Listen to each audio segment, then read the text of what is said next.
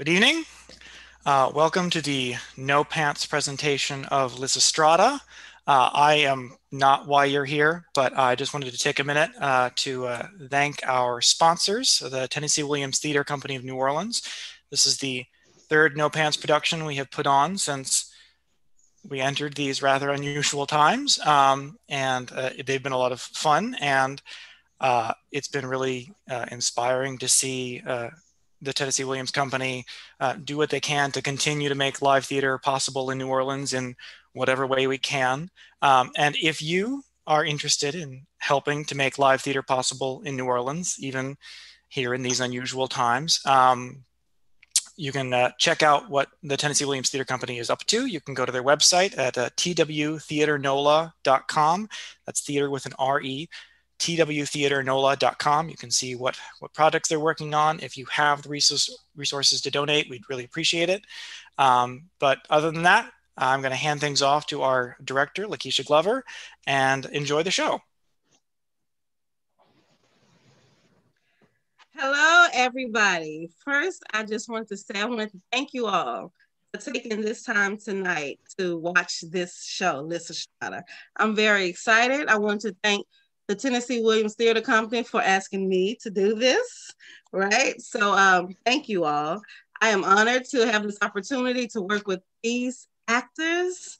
They are phenomenal. I come across them and have worked with a few, and I'm just so honored, and thank you to you all for saying, hey, Kesha, yeah, I'll work with you. So I feel very honored tonight. I'm very excited. I hope everybody have their cocktails and they are ready to just sit back and enjoy a reading, right? Because these actors are coming and they are phenomenal. And I'm so excited. So thank you all, because thank you for your support, supporting me, supporting the actors, and supporting the company. Okay.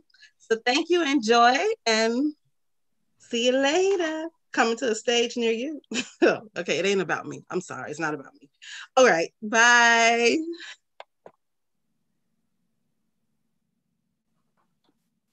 Hi, everybody. My name is Sarah. Hello, my name is Tenaj. Hi, my name is April. Hello, my name is Samantha. Hello, my name is Donald Lewis. Hi, my name is Francisco Pazo. Hey, I'm Xavier Juarez. Hello, I'm Kia Firstly. Hi, I'm Keshuna Jones-Lee. Good evening, I'm Constance Thompson. Hey everyone, I'm Wayland Cooper. Hi, good evening, I'm Tori Hayward. And hey y'all, I'm Shivis Michael. And I am Chelsea Blunt.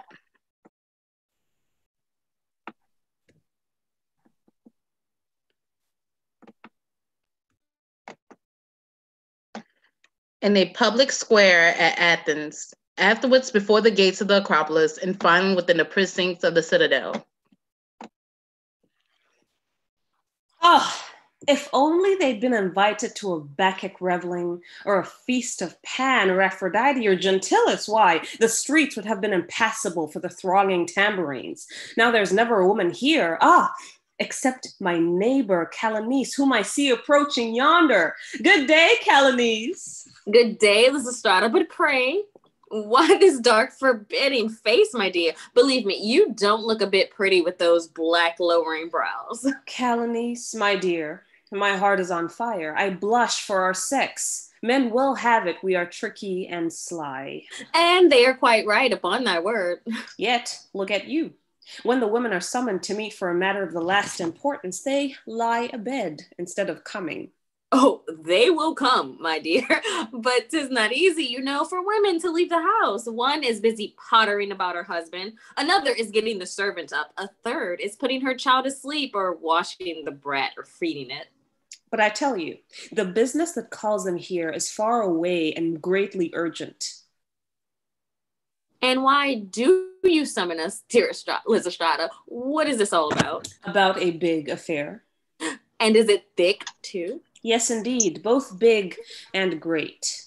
And we are not all on the spot? Oh, If it were what you suppose, there would never be an absentee. No, no. It concerned the thing I have turned about this way and that of many sleepless nights. Oh, it must be something mighty fine and subtle for you to have turned about it so. So fine, it means just this. Greece saved by women. By women? Why its salvation hangs on a poor thread, then? Our country's fortunes depend on us. It is with us to undo utterly the Peloponnesians. That would be a noble deed, truly, but how should women perform so wise and glorious an achievement? We women who dwell in the retirements of the household, clad in diaphanous garments of yellow silk and long flowing gowns, decked out with flowers and shod with dainty little slippers? Nay, but those are the very sheet anchors of our salvation. Those yellow tunics, those scents and slippers, those cosmetics and transparent robes. How so, pray? There is not a man will wield a lance against another. Quick, I will get me a yellow tunic from the dyers. Or want a shield. I'll run and put on a flowing gown. Or draw a sword. I'll haste and buy a pair of slippers this instant. Now tell me, would not the women have done best to come? Why, they should have flown here. Ah, my dear, you'll see that like true Athenians, they will do everything too late. Why, there's not a woman come from the shoreward parts, not one from Salamis. But I know for certain they embarked at daylight. And the dames from Arcane, I thought they would have been the very first to arrive. The Agonese's wife, at any rate, is sure to come. She has actually been consort to Hecate. But look, here's some arrivals. And there are more behind. Aha! Now what country women may they be? They are from Anagira. Are we late, Lysistrata? Tell us, pray. What? Not a word. I cannot say much for you, Myrrhine. You have not bestirred yourself overmuch for an affair of such urgency. I could not find my girdle in the dark. However, if the matter is so pressing, here we are, so speak. No, let us wait a moment more till the women of Boeotia arrive and those from the Peloponnese. Ah, yes, that is best. Ah, here comes Lampito. Good day, Lampito. Dear friend from Sparta, how well and handsome you look. What a rosy complexion, and how strong you seem. Why, you could strangle a bull, surely. Yes, indeed. I think I really could. Just because I do gymnastics and practice the kick dance. And with superb bosoms. Oh, la, you are feeling me as if I were a beast for sacrifice. And this young woman, what countrywoman is she? Oh, she is a noble lady from Boeotia. Ah, my pretty Boeotian friend, you are as blooming as a garden. Yes, on my word, and the garden is so prettily weeded too. And who is this? 'Tis an honest woman by my faith. She comes from Corinth. Oh, honest. No doubt then, as honesty goes in Corinth. But who has called together this council of women, pray? I have. Well then, tell us what you want of us. With pleasure, my dear. What is this most important business you wish to inform us about? I will tell you, but first, answer me one question. What is that? Don't you feel sad and sorry because the fathers of your children are far away from you with the army? For I'll undertake there is not one of you whose husband is not abroad at this moment. Mine has been the last 5 months in Thrace, looking after Eucrates. 'Tis 7 long months since mine left for Pylos. As for mine, if he ever does return from service, he's no sooner back than he takes down his shield and he flies back to the wars. And not so much as a shadow of a lover. Since the day the Milesians betrayed us, I have never once seen an 8-inch long dildo even to be a leathern consolation to us poor widows. Now, tell me, if I have discovered a means of ending the war, will you all second me?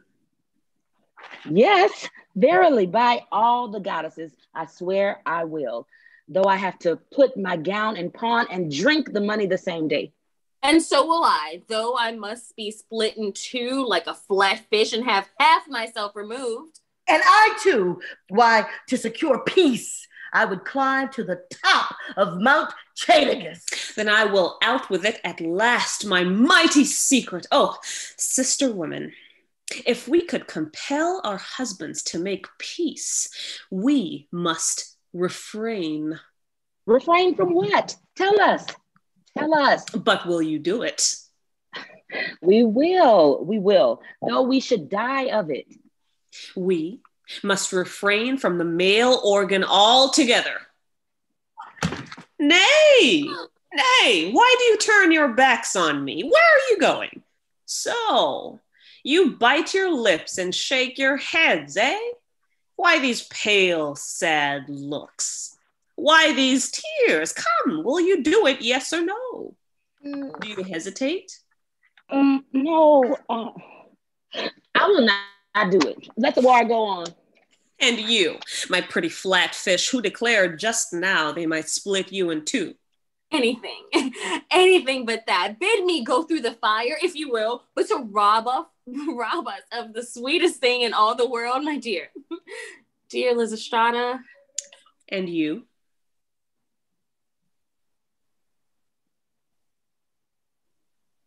Yes, I agree with the others. I too would sooner go through the fire. Wanton, vicious sex. The poets have done well to make tragedies upon us. So we are good for nothing then but love and lewdness. But you, my dear, you, hardy from Sparta, if you join me, all may yet be well. Help me, second me, I conjure you. Oh, 'tis a hard thing. By the two goddesses it is. For a woman to sleep alone without ever a strong male in her bed. But their peace must come first. My dear, dearest, my friend, my best friend, you are the only one deserving of the name woman. But if, which the gods forbid, we do refrain altogether from what you say, should we get peace any sooner? Of course we should. By the goddesses twain, we need only sit indoors with painted cheeks and meet our mates lightly clad in transparent gowns of silk, and, employing all our charms and all our arts, then their tools will stand like mad and they will be wild to lie with us. That will be the time to refuse, and they will hasten to make peace. I am convinced of that. But poor devils, suppose our husbands go away and leave us. Then, as Phaedrus says, we must flay a skinned dog. That is all. Bah, these proverbs are idle talk, but if our husbands drag us by main force into the bedchamber? Hold onto the doorposts. Very well. If you will have it so, we agree. For ourselves, no doubt, we shall persuade our husbands to conclude a fair and honest peace. But there is the Athenian populace. How are we to cure those folk from their warlike frenzy? Have no fear. We undertake to make our own people see reason. Nay, impossible. So long as they have their trusty ships and the vast treasures stored in the temple of Athene. But we have seen to that. This very day the Acropolis will be in our hands. That is the task given to the older women. While we are here in council, they are going under pretense of offering sacrifice to seize the citadel. Well said indeed. So everything is going for the best. Come, quick. Lampito, let us bind ourselves by an inviolable oath. Recite the terms. We will swear to them. Lysistrata, say, what oath are we to swear? What oath? Why, in Aeschylus, they sacrifice a sheep and swear over a buckler. We will do the same. No, Lysistrata, one cannot swear peace over a buckler, surely. What other oath do you prefer?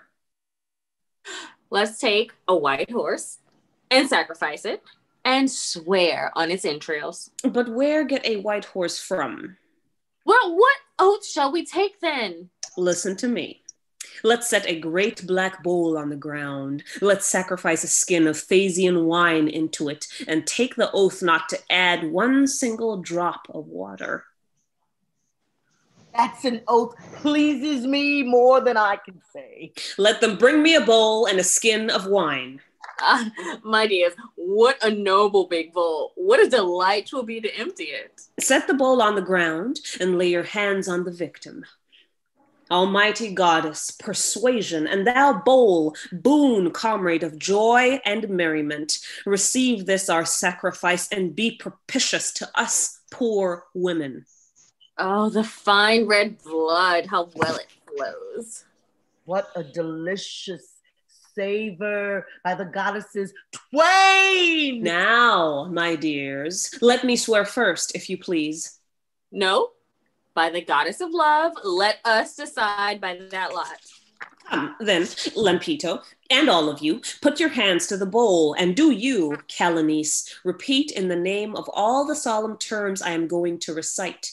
Then you must all swear and pledge yourselves by the same promises. I will have naught to do, whether with lover or husband. I will have naught to do, whether with lover or husband. Albeit he come to me with stiff and standing tool. Albeit he come to me with stiff and standing tool. Oh, listen, no, I cannot bear it. I will live at home in perfect chastity. I will live at home in perfect chastity. Beautifully dressed and wearing a saffron-colored gown. Beautifully dressed and wearing a saffron-colored gown. To the end I may inspire my husband with the most ardent longings.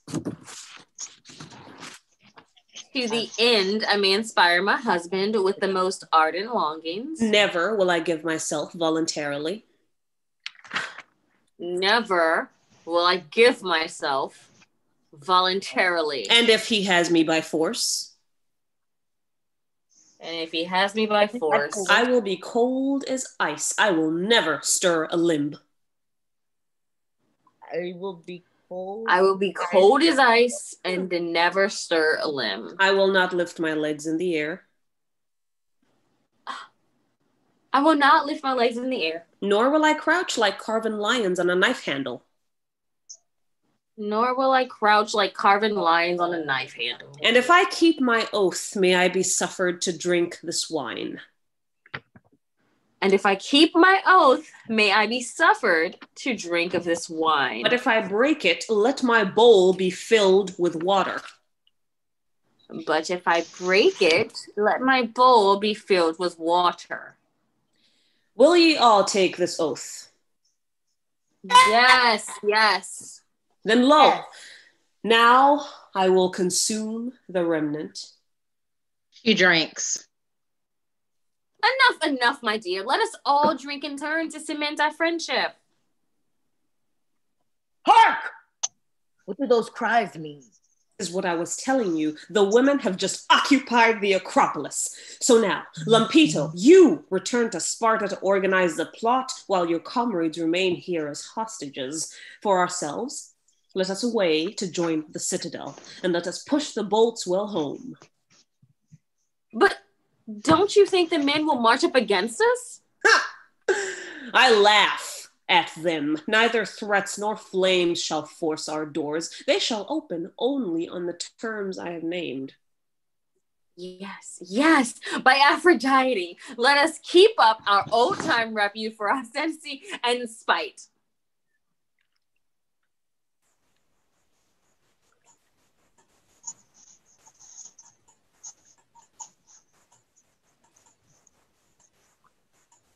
Go easy, Draces, go easy. Why, your shoulder is all chafed from these plaguey heavy oil stocks. Foot forward, still forward, man as neath mutts. What unlooked for things to do happen, to be sure, in a long life.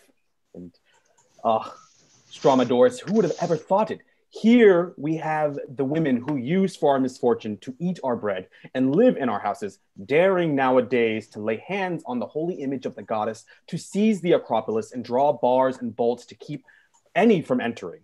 Come, Philurgus, man. Let's hurry thither. Let's lay our torches all about the citadel, and on the blazing pile burn with our hands these vile conspiracies, one and all, and Lycan's wife, Lysistrata, first and foremost. Nay, by Demeter, never will I let him laugh at me while I have a breath left in my body. Clemens himself, the first who ever seized our citadel, had to quit to soar his dishonor. Spite in his Spartan pride, he had to deliver me up his arms, slink off with a single garment to his back. My word, but he was filthy and ragged. And what an unkept beard, to be sure. He had not had a bath for 6 long years. Oh, but that was a mighty siege. Our men were ranged 17 deep before the gate and never left their posts, even to sleep. These women, these enemies of Euripides and all the gods, shall I do nothing to hinder their inordinate insolence? Else let them tear down my trophies of Marathon, but look to finish this toilsome climb. Only this last steep but is left to mount. Truly, it is no easy job without beast of burden, and how these logs do bruise my shoulder. Still, let us carry on and blow up our fire and see it does not go out, just as we reach our destination. Oh dear, what a dreadful smoke. It bites my eyes like a mad dog. It is Lemon fire for sure, or it would never devour my eyes like this. Come on, Latches, let's hurry. Let's bring succor to the goddess. It is now or never. Oh dear, oh, what a confounded smoke. There now, there's our fire all bright and burning. Oh, thank the gods. Now, why not first put down our loads here, then take a vine branch, light it a brazier, and hurl it at the gate by way of battering ram. If they don't answer our summons by pulling back the bolts, then we set fire to the woodwork and the smoke will choke them. Ye gods, what a smoke! Is there never a singing... What a smoke! A singing general will help me unload my bird.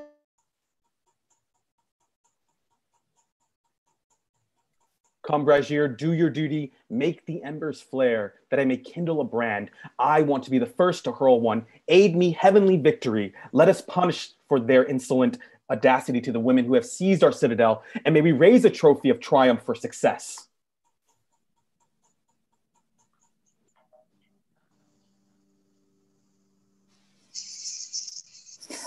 Oh, my dears, methinks I see a fire and smoke. Can it be conflagration? Let us all hurry. Let's hurry, fly, ere we perish in the fire, or are stifled in the smoke raised by these accursed old men and their pitiless laws. But great gods, can it be I come too late? Whew. Rising at dawn, I had the utmost trouble to fill this vessel at the fountain. Oh, what a crowd there was. Oh, what a din. What a rattling of water and pots. Servants pushed and thronged me. Oh, however, here I have filled it at last, and I'm running to carry the water to my fellow townswoman, whom our foes are plotting to burn alive. News has been brought us that a company of old doddering gray beards, loaded with enormous torches, as if they wanted to heat a furnace, have taken the field, vomiting dreadful threats, crying that they must reduce to ashes these horrible women. Suffer them not, O goddesses, but O thy grace. May I see Athens and Greece cured of their warlike folly. 'Tis to this end, O, though guardian deity of our city, goddess of the golden crest, that they have seized thy sanctuary. Be their friend and ally, Athene. And if any man hurl against them lighted firebrands, aid us to carry water to extinguish them. What is this I see, ye wretched old men? Honest and pious folk ye cannot be, who act so vilely. Here's something new. A swarm of women stand posted outside to defend the gates. We frighten you, do we? We seem a mighty host, yet you do not see the 10,000th part of our sex. Ho, shall we stop their cackles? Suppose one of us were to break a stick across their backs, eh? Let us see. Set down our water pots on the ground to be out of the way, and if they should dare offer us violence. Let someone knock out a tooth or three teeth for them. They won't talk so loud then. Come on, then. I'll weight you with unflinching foot, and I will snap off your balls like a bitch. Silence! Ere my stick has cut short your days. Now you just dare touch us with the tip of your finger. And if I batter you to pieces with my fists, what will you do? I will tear out your lungs and entrails with my teeth. Oh, what a clever poet is Euripides. How well he says that a woman is the most shameless of animals. Let us pick up our water jugs again. Accursed harlot! What do you mean to do here with your water? And you old death in life with your fire. Is it to cremate yourself? I am going to burn your building and build you a pyre to roast your female friends upon. And I am going to put out your fire. Oh, you put out my fire? You! Yeah, yes, you shall soon see. I don't know what prevents me from roasting you with this torch. I'm getting you a bath ready to clean off the filth. A bath for me? You dirty slut, you? Yes, indeed. A nuptial bath. Do you hear that? What insolence! I am a free woman, I tell you. I will make you hold your tongue, never fear. You shall never, ever sit more amongst the Helios. Burn off her hair for her. Water, do your office. The women pitched the water in their water pots over the old men. Oh dear, oh dear, oh dear. Was it hot? Hot? Great gods, enough. I'm watering you to make you bloom afresh. Alas, I am too dry. Ah me, how I'm trembling with cold. These women, have they made din enough, I wonder, with their tambourines? Beweptodon is enough upon their terraces. Do you not blush, you women, for your wild and uproarious doings? But you don't know all their effrontery yet. They abused it and such that.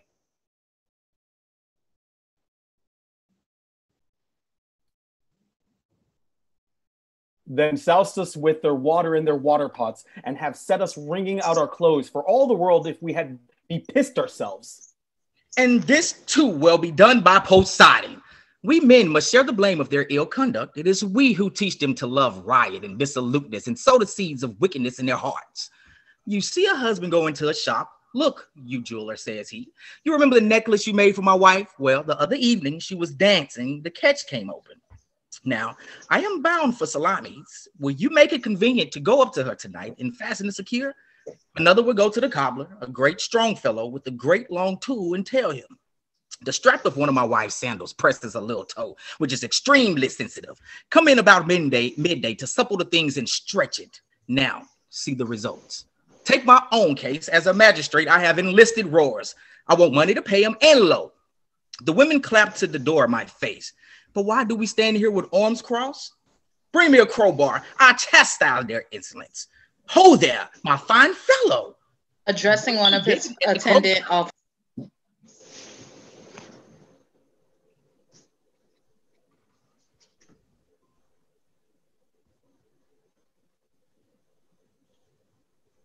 I will put a hand to work myself.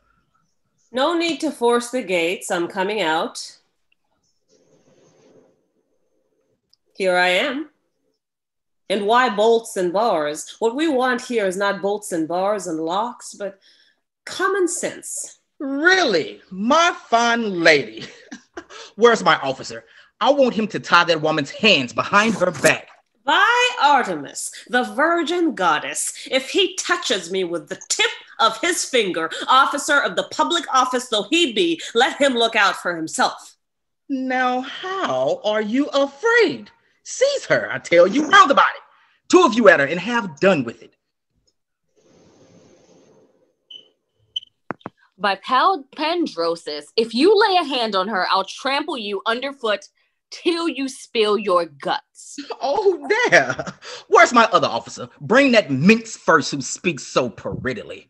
Bye, Phoebe. If you touch her with one finger, you'd better call quick for a surgeon. What do you mean? Officer, war you got to. Lay hold of her. Oh, but I'm going to stop your foolishness for all. By the Tauric Artemis, if you go near her, I'll pull up your hair, scream as you like. Ah, miserable man that I am.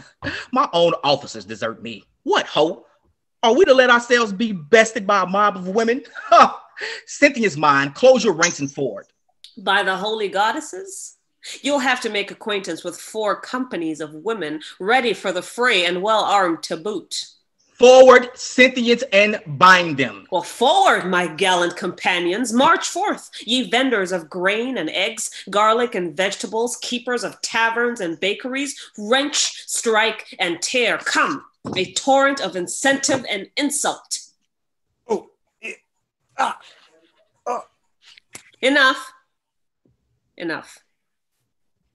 Now retire. Never rob the vanquished. Here's a fine exploit for my officers. Ah! So you thought you only had to do with a set of servants? You did not know the ardor that fills the bosom of free women. Ardor, yes. By Apollo, ardor enough, especially for the wine cup. Sir, what use of words? They are of no avail with wild beasts of the sort. Don't you know how they have just washed us down? And with no fragrant soap? What would you have? You should have never laid rash hands on us. If you start afresh, I'll knock your eyes out. My delight is to stay at home, as coy as a young maid, without hurting anybody or moving any more than a milestone. But where the wasps if you go stirring up the wasp's nest?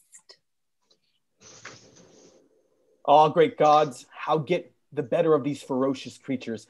'Tis past all bearing, but come, let us try to find reason of this dreadful scourge. With what end in view have they seized the citadel of Cranius, the sacred shrine that is raised upon the inaccessible rock of the Acropolis? Question them. Be cautious and not too credulous. 'Twould be culpable negligence not to pierce the mystery, if we may. I would ask you first, why ye bared our gates? To seize the treasury. No more money, no more war. Then money is the cause of war? And all of our troubles. 'Twas to find occasion to steal that Pysander and all the other agitators were forever raising revolutions. Well and good, but they'll never get another drachma here. What do you propose they do then?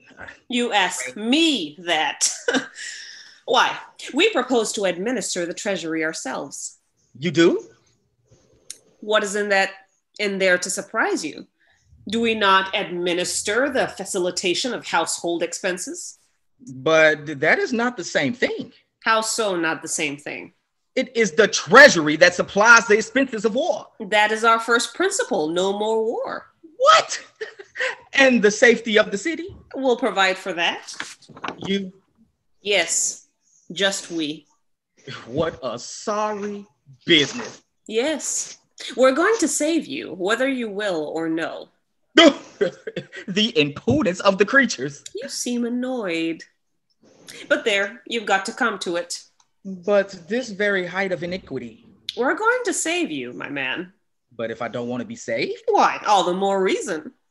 But what a notion to concern yourselves with questions of peace and war. We will explain our idea. Out with it then. Quick, or... Threatening her. Listen, and never a movement, please. Oh, this is too much for me. I cannot keep my temper. Then look out for yourself. You have more to fear than we have. Stop your croaking, old crow you. Now you say your say. Willingly. All the long time the war has lasted, we have endured in modest silence all you men did. We were never allowed ourselves to open our lips. We were far from satisfied, for we knew how things were going. Often in our homes, we would hear you discussing upside down and inside out some important turn of affairs. Then with sad hearts but smiling lips, we would ask you, well, in today's assembly, did they vote peace? But mind your business, the husband would growl. Hold your tongue, do. And I would say no more. I would not have held my tongue, though. Not I. You would have been reduced to silence by blows. Well, for my part, I would say no more. But presently, I would come to know you had arrived at some fresh decision more fatally foolish than ever. Ah, my dear man, I would say, what madness is next? But he would only look at me askance and say, just weave your web, do, else your cheeks will smart for hours.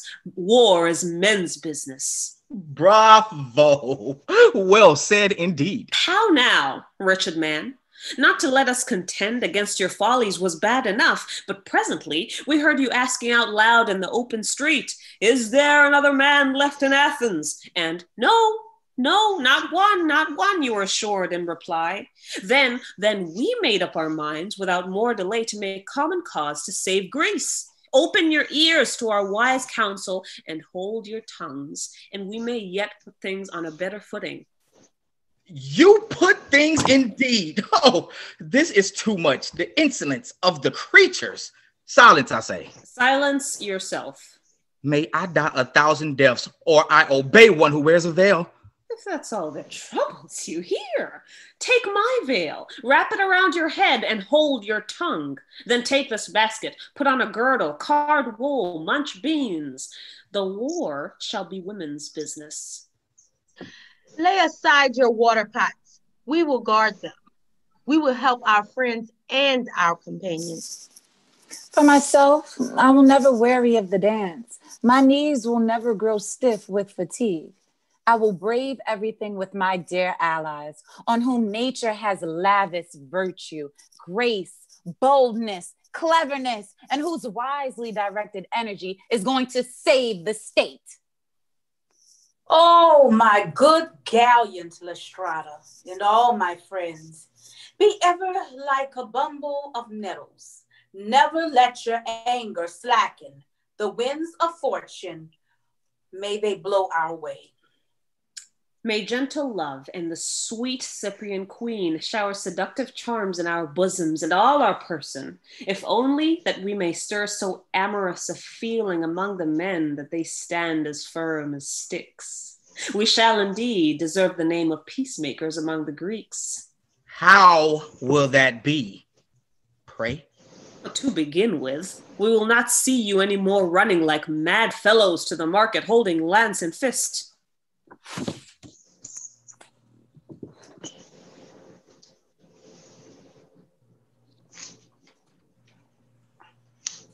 That will be something gained anyway, by the goddess it will. Now we see him, mixed up with saucepans and kitchen stuff, armed to the teeth.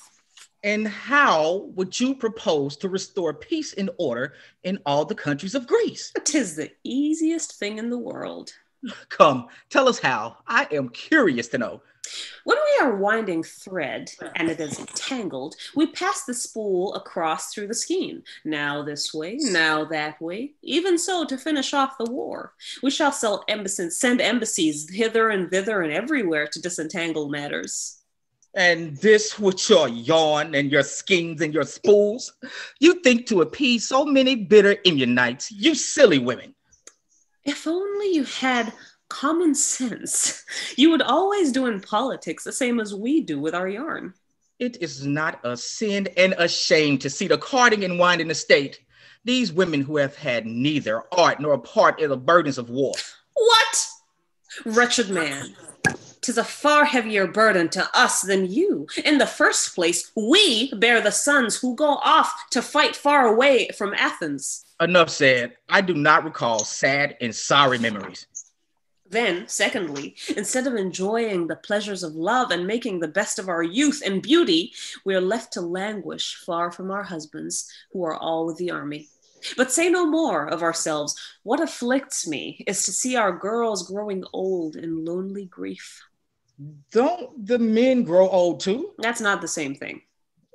When a soldier returns home from the wars, even though he has white hair, he very soon finds a young wife. But a woman has only one summer. If she does not make hay while the sun shines, no one will afterward have anything to say to her, and she spends her days consulting oracles that never send her a husband. But the old man who can still erect his organs. But you, why don't you get done with it and die? Here, take this funeral garland. Drenching him with water. And this one too. Drenching him with water. What do you lack more? Step aboard the boat. Sharon is waiting for you. You're keeping him from pushing off. To treat me so scurvily, what an insult. I will go show myself to my fellow magistrates just as I am.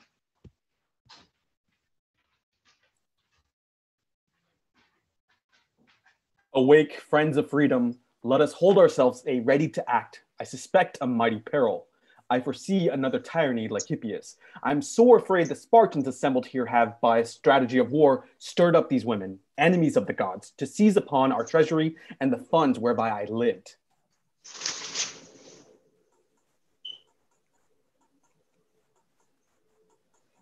Is it not a sin and a shame for them to interfere in advising the citizens to prate of shields and lances and to ally themselves with the Spartans? Fellows, I trust no more than I would so many famished wolves. The whole thing, my friends, is nothing else but an attempt to reestablish tyranny. But I will never submit. I will be on my guard for the future. I will always carry a hidden blade under myrtle boughs. I will post myself in the public square, under arms, shoulder to shoulder. And now, to make a start, I must just break a few of these cursed old jade's tooth yonder. Nay, never play the brave man, else when you go back home, your own mother won't know you. But dear friends and allies, first let us lay our burdens down. Then citizens all, hear what I have to say. I have useful counsel to give our city, which deserves it as well at my hands for the brilliant distinctions it has lavished on my girlhood. What matters I was born a woman, if I can cure your misfortunes? I pay my share of tolls and taxes by giving men to the state. But you miserable gray beards, you contribute nothing to the public charges. On the contrary, you have wasted the treasure of our forefathers, as it was called. The treasure amassed in the days of the Persian Wars. You pay nothing at all in return, and into the bargain you endanger our lives and liberties by your mistakes. Have you one word to say for yourselves? Don't irritate me, you there, or I'll lay my slipper across your jaws, and it's pretty heavy. Outrage upon outrage. Things are going from bad to worse. Let us punish the minxes, every one of us that has immense appendages to boast of. Come off with our tunics, for a man must savor of manhood. Come, my friends, let us strip naked from head to toe. Courage, I say. If we give them the least hold over us, 'tis all up. Their audacity will know no bounds. Come then, we must even fit collars to all these willing necks.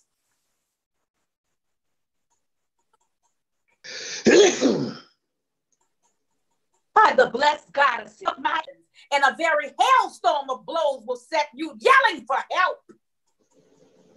Come, dames. Off tunics and quicks the word. Women must scent the savor of the women.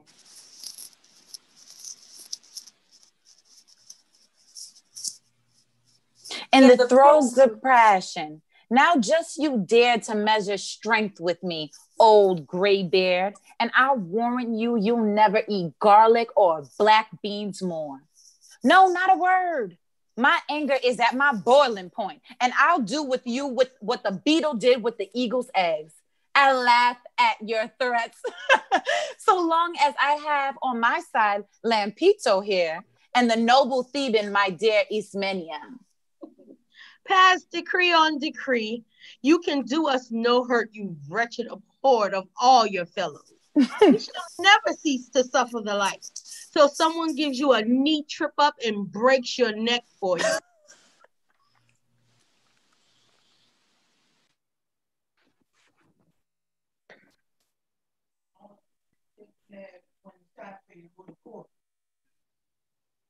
Several days pass. You, Lysistrata, you who are leader of our glorious enterprise, why do I see you coming towards me with so gloomy an air? 'Tis the behavior of these naughty women. 'Tis the female heart and female weakness so discourages me. Tell us what is it? I only tell the simple truth. Well, what has happened so disconcerting? Come, tell your friend. The thing is so hard to tell, yet so impossible to conceal. Nay, never seek to hide any ill that has befallen our cause. To blurt it out in a word, we are in heat. Oh, Zeus! Oh, Zeus! What use calling upon Zeus? The thing is, even as I say, I cannot stop them any longer from lusting after the men.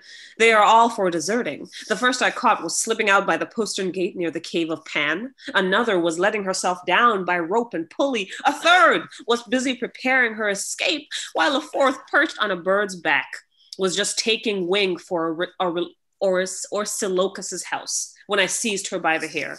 One and all, they are all inventing excuses to be off home. Look, there goes one trying to get out.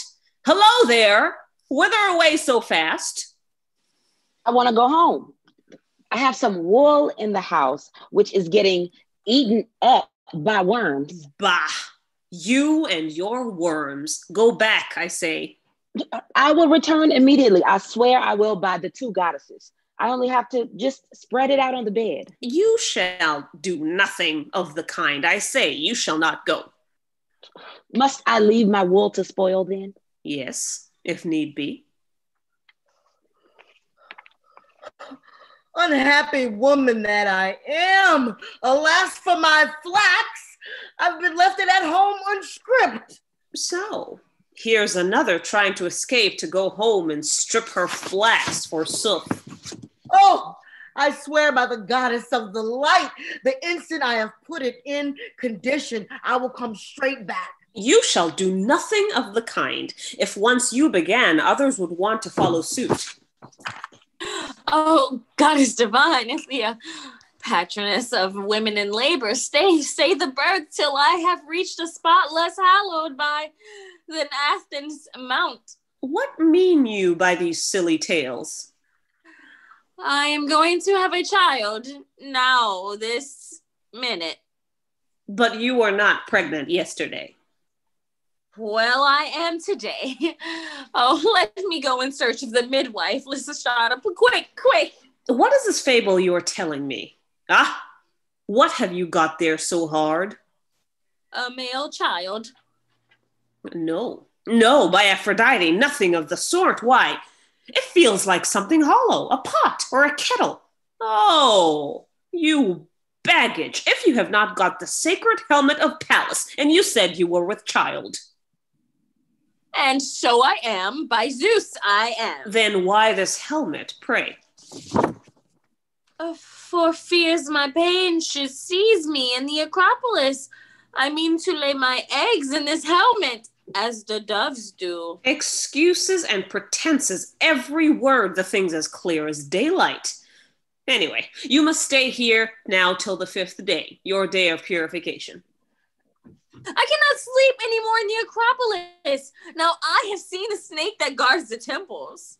Ah, and those confounded owls with their dismal hooting. I cannot get a wink of rest, and I am just dying of fatigue. You wicked women.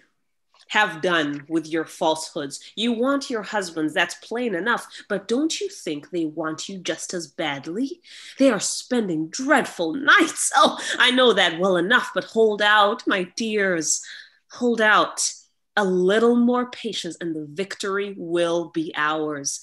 An oracle promises success if only we stay united. Shall I repeat the words? Yes, tell us what the oracle declares. Silence then. Now, whenas the swallows fleeing before the woodpeckers shall have all flocked together in one place, and shall refrain them from all amorous commerce, then will be the end of all the ills of life, and Zeus, which doth thunder in the skies, shall sit above what was erst below. What? Shall men be underneath? But if dissension do arise among the swallows, and they take wing from the holy temple, 'twill be said there is never a more wanton bird in the world. Ye gods, the prophecy is clear. Nay, never let us be cast down by calamity. Let us be brave to bear and go back to our posts. 'Twere shameful indeed not to trust the promise of the oracle. You dear old woman, I would fain kiss you. I will set you crying without onions. And I'd give you a sound kicking. Suppose I up and broke your jaw for you. I'm not a bit afraid of you. Suppose I let a fly a good kick at you.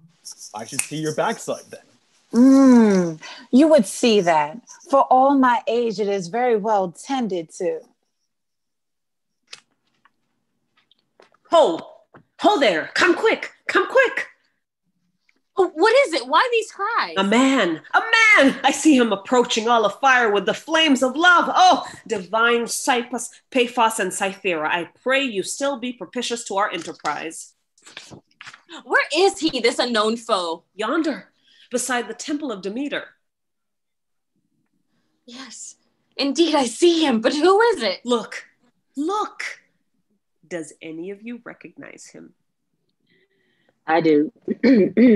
I do. It's my husband, Canisius. To work then. Be it your task to inflame and torture and torment him. Seductions, caresses, provocations, refusals. Try every means. Grant every favor, always accepting what is forbidden by our oath on the wine bowl. Have no fear. I undertake the work. Well, I will stay here to help you cajole the man and set his passions aflame. The rest of you, withdraw. Alas, how I am tortured and spasm and rigid convulsion. Oh, I am racked on the wheel. Who is this that dares to pass our lines? It is I. What? A man? Yes, no doubt it. A man. Begone. But who are you who repulses me? The sentinel of the day. By all the gods, call Myrrhine hither. Call Myrrhine hither, quotha. And pray, who are you? I am her husband, Synesius, son of Paeon. Ah, good day, my dear friend. Your name is not unknown amongst us. Your wife has it forever on her lips. She never touches an egg or an apple without saying, "'Twill be for Canisius." Really? And truly? Yes, indeed, by Aphrodite. And if we fall to talking of men, quick your wife declares, oh, all the rest, they're good for nothing compared to Canisius. Oh, I beseech you, go and call her to me. And what will you give me for my trouble? Anything I've got, if you like. I will give you what I have here. Well, I will tell her to come. Come, quick. Life has no more charms for me since she left my house. I am sad. When I go indoors, it all seems so empty. My victuals have lost their savor. Desire eating out my heart.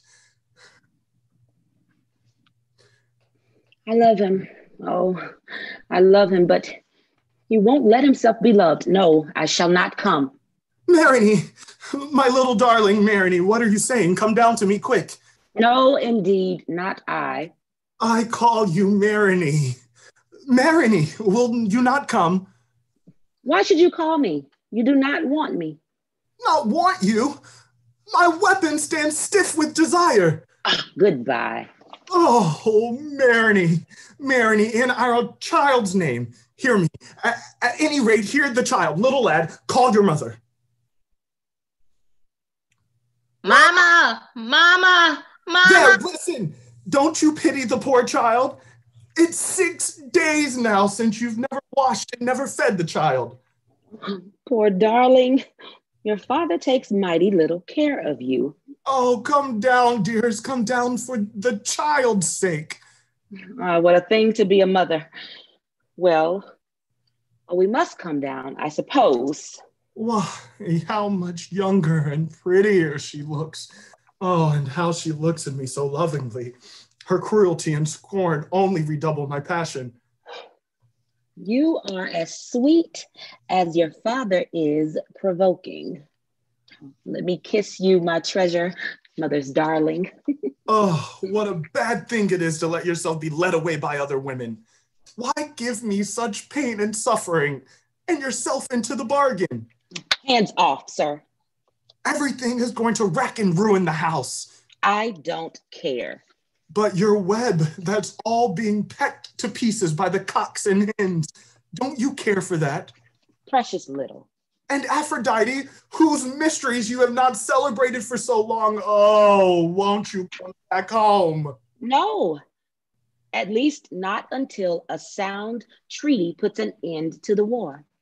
Well, if you wish it so much, well, we'll make it. Your treaty.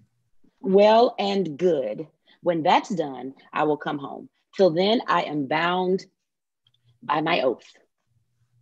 At any rate, let's have a short time together. No.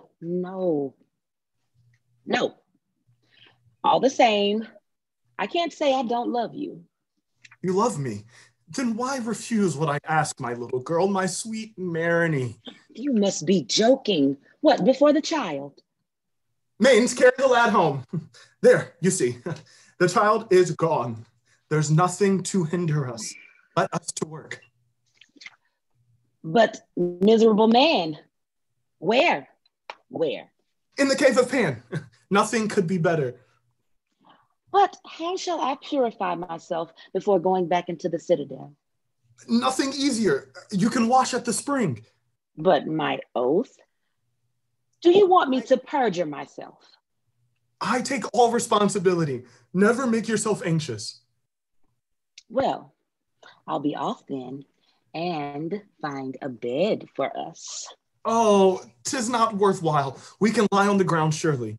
No, bad man as you are. I do not like you lying on bare earth. Oh, how the girl dear loves me. Coming back with the bed. Come, get to bed quick. I'm going to undress. But plague take it. We must get a mattress. A mattress? Oh no, never mind. No, by Artemis, lie on the bare sacking? Never. And we're too squalid. A kiss? Wait a minute. Oh, by the great gods, be quick back. Here's a mattress. Lie down. I'm just going to undress. But you've got no pillow. I don't want one. No. I do. Oh, dear, they treat my poor penis for all the world like Tantalus. There. Lift your head, dear. That's really everything. Is it everything? I wonder. Oh, come, my treasure. I'm just unfastening my girdle. But remember what you promised me about making peace. Mind you keep your word. Yes. Upon my life, I will. You have no blanket? Great Zeus! What matter of that? 'Tis you I want to fuck. Never fear. Directly. I'll be back in no time. The woman will kill me with her blankets. Coming back with a blanket.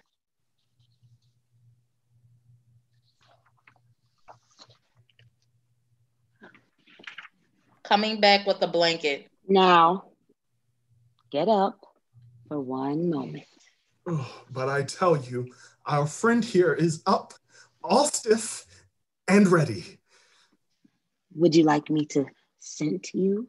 No, by Apollo, no, please. Yes, by Aphrodite, but I will whether you wish it or not. Oh, great Zeus, may she soon be done.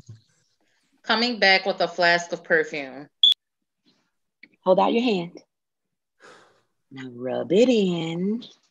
Oh, in Apollo's name, I don't much like the smell of it, but perhaps 'twill improve when it's well rubbed in. It does not somehow smack of the marriage bed. That what a scatterbrain I am, if I have not bought cheap perfumes. Never mind, dearest, let be now. Oh, you are joking. Deuce take the man who first invented perfume, say I. Coming back with another flask. Here, take this bottle. I have a better already service for your service, darling. Come, you provoking creature, to bed with you, and don't bring another thing. Coming. I'm just slipping off my shoes. Dear boy, will you vote for peace? I'll think about it. Myrrhine runs away. Oh, I am a dead man. She is killing me. She is gone and left me in torment. In tragic style. I must have someone to fuck. I must. Ah, me. Oh, the loveliest of women has coerced and cheated me. Poor little lad, how am I to give you what you want so badly? Where is the brothel keeper? Quick, man, get me a nurse, do. Poor miserable wretch, balked in your amorousness. What tortures are yours? Ah, you fill me with pity. Could any man's back and loins stand such a strain? He stands stiff and rigid, and there's never a wench to help him. Ye gods in heaven, what pains I suffer. Well, there it is. 'Tis her doing, that abandoned hussy. No, rather say that sweetest, dearest darling. That dearest darling? No, that hussy, say I. Zeus, thou god of the skies, cannot let loose a hurricane to sweep them all up into the air and whirl them around, then drop them down crash and impale them on the point of his weapon.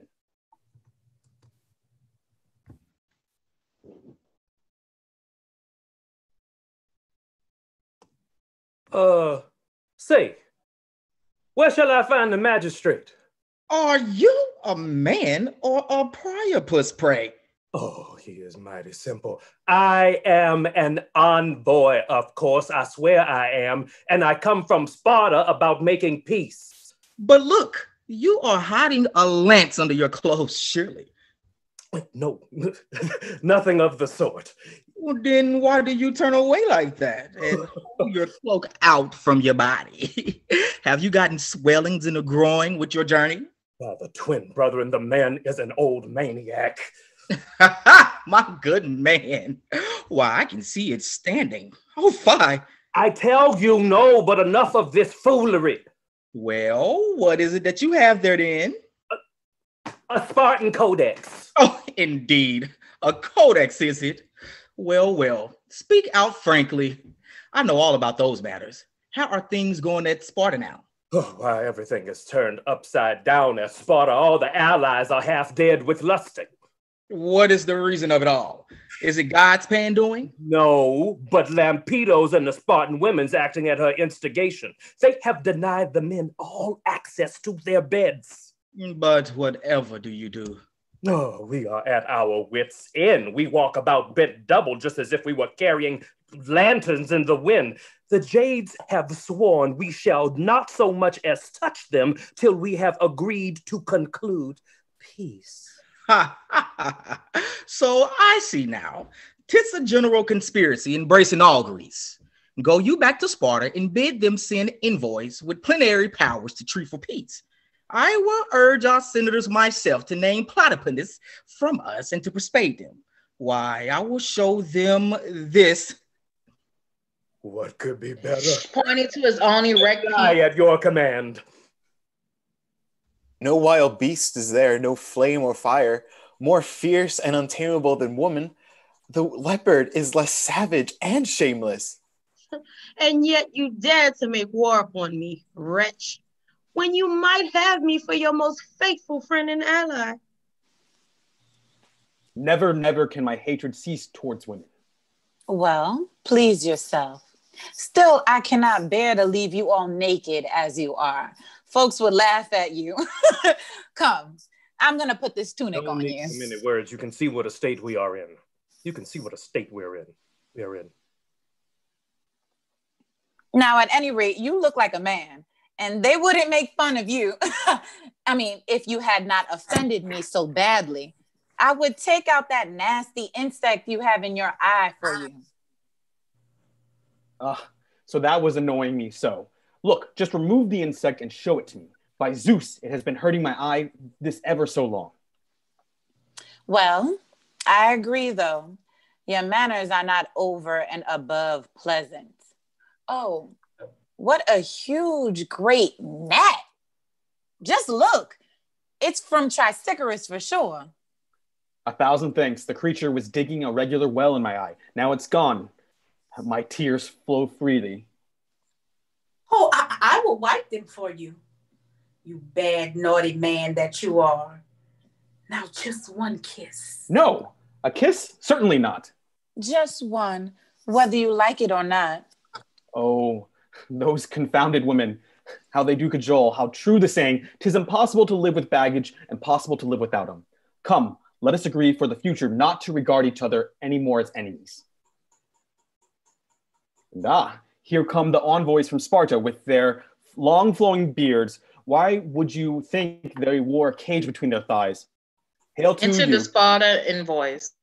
Hail to you, first of all, Spartans, then tell us how you fare. No need for many words. You can see what a state we are in. Alas, the situation grows more and more strained. The intensity of the thing is just frightful. 'Tis beyond belief, but to work, summon your commissioners and let us patch up the best peace we made. Our men too, like wrestlers in the arena, cannot endure a rag over their bellies. 'Tis an athlete's malady, which only exercise can remedy. Can anybody tell me what Lysistrata is? Surely she will have some compassion on my condition. Look, 'tis this very same complaint. Don't you feel addressing the Athenian? Don't you feel of mornings a strong nervous tension? Oh, what a terrible state we are in. Greeting to you, Spartan fellow sufferers. Speak out, Spartans. What is it that brings you here? We have come to treat for peace. Well said. We are of the same mind. Better call Lysistrata then. She is the only person who will bring us to terms. Needless to call her. She has heard your voices, and here she comes.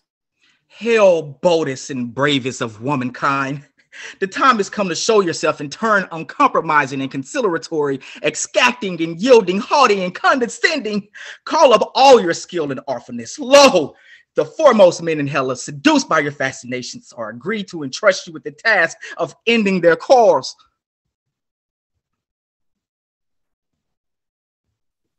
"'Twill be an easy task. Spartans, approach, and you, Athenians, on my other side. Now, hearken all. I am but a woman, but I have good common sense. Nature has dowered me with discriminating judgment, which I have yet further developed, thanks to the wise teachings of my father and the elders of the city. First, I must bring a reproach against you that applies equally to both sides. At Olympia and Thermopylae and Delphi and a score of other places too numerous to mention, you celebrate before the same altars ceremonies common to all Hellenists, and yet you go cutting at each other's throats and sacking Hellenic cities when all the while the barbarian is yonder threatening you. That is my first point. Oh, concupiscence, it's killing me. Now it is to you that I address myself, Spartans. Have you forgotten how Pericleides, your own countryman, sat supplicant before our altars? How pale he was in his purple robes. He had come to crave an army of us. 'Twas the time when Messenia was pressing you sore and the sea god was shaking the earth. Simon marched to your aid at the head of 4,000 soldiers and saved Sparta. And after such a service as that, you ravage the soil of your benefactors. They do wrong, very wrong, Lysistrata. We do wrong, very wrong. Oh, great gods, what lovely thighs she has. Whew. And now a word to the Athenians. Have you no memory left of how in the days when you wore the tunics of slaves, the Spartans came, spear in hand, and slew a host of Thessalians and partisans of Hippias the tyrant? Then they, and only they, fought on your side on that eventful day. They delivered you from despotism, and thanks to them, our nation can change the short tunic of the slave for the long cloak of the free man. Oh, I have never seen a woman of more gracious dignity. I have never seen a woman with a finer fupa. Bound by such ties of mutual kindness, how can you bear to be at war? Stop. Stay the hateful strife. Be reconciled. What hinders you? We are quite ready if they will give us back our rampart. What rampart, my dear man? Pylos, which we have been asking for and craving for ever so long. In the sea god's name, you shall never have it. Agree, my friends. Agree. But then what city shall we be able to stir up trouble in? Ask for another place in exchange. Ah, that's the ticket. Well, to begin with, give us Incamus, the Malic Gulf adjoining, and the 2 legs of Megara. Oh, surely not all that, my dear sir. Come to terms. Never make a difficulty of 2 legs or more. Well, I'm ready now to off-coat and cultivate my land. And I, too, to dung it to start with. That's just what you shall do once peace is signed. So if you really want to make it go, consult your allies about the matter. What allies? I should like to know. While we are all on the stand, no one but is mad to be fucking. What we want is to be abed with our wives. How should our allies fail to second our project? And ours the same, for certain sure. Well said indeed. Now go. Purify yourselves for entering the Acropolis, where the woman will invite you to supper. We will empty our provision baskets to do you honor. At table, you will exchange oaths and pledges. Then each man will go home with his wife. Come along then, as quick as it may be. Lead on, I am your man. Quick, it's the word. Say I.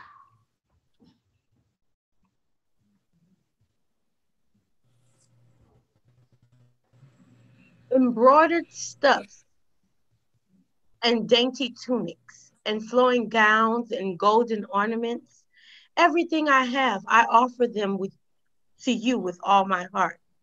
Take them all for your children, for your girls. Against they are chosen basket bearers for the goddess. I invite you, everyone, to enter. Come in and choose whatever you will. There is nothing so well fastened you cannot break the seals and carry away the contents.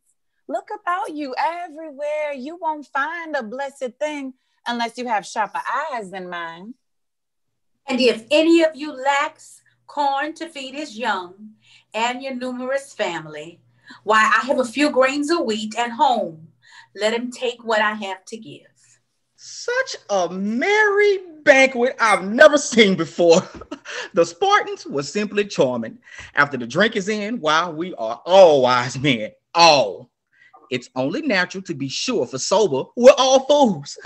Take my advice, my fellow countrymen. Our envoy should always be drunk. We go to Sparta, we enter the city sober. Why? We must be picking a core directly. We don't understand what they say to us. We imagine a lot they don't say at all. And we report home all wrong, all topsy-turvy. But look, today is quite different. We're enchanted whatever happens. Oh, Mnemosyne, inspire these men. Inspire my muse who knows our exploits and those of the Athenians. With what god-like ardor did they swoop down at Artemisium on the ships of the Medes? What a glorious victory was that. For the soldiers of Leonidas, they were like fierce wild boars whetting their tusks. The sweat ran down their faces and drenched all their limbs, for verily the Persians were as many as the sands on the shore. Ah!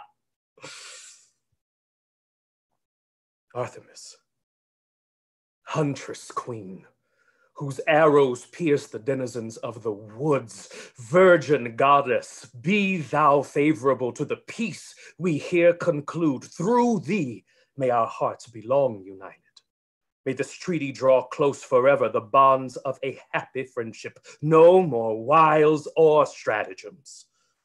Aid us, oh, aid us, maiden huntress. All is for the best. And now, Spartans, take your wives away home with you, and you, Athenians, yours. May husband live happily with wife, and wife with husband. Dance, dance to celebrate our bliss, and let us be heedful to avoid mistakes like this for the future.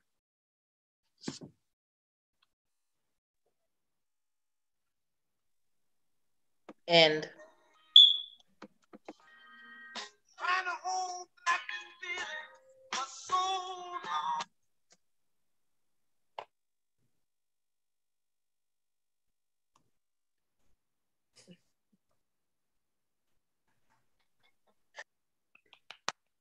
Everybody can come back on if they on. Come back on.